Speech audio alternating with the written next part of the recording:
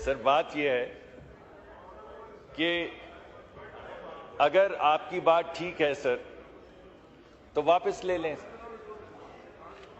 अगर आपकी ये बात ठीक है और आप किसी भी हुकूमत का फैसला वापस लेना चाहते हैं, आपके पास पूरा राइट है सर।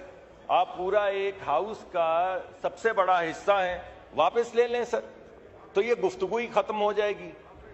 जब आप जमीन दे भी रहे हैं, वापस ले भी नहीं रहे हैं और फिर मुझसे पूछ रहे हैं किसने दी, तो मैं इसका क्या जवाब दूं सर?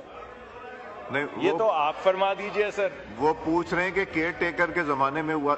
जी जी, तो वापस ले लेना सर। ये इलेक्टेड हुकूमत तो आ चुकी है अब सर, और सिंध के अंदर तो हुकूमत है सर, तो वापस ले लें।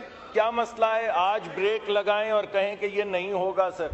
इस वजह से हमने भी बहुत से फैसले जो पहले हुए हैं उनका एहतराम कर रहे हैं। अभी कल सर हमारी अपनी एक हुई बात जिसमें इसी तरह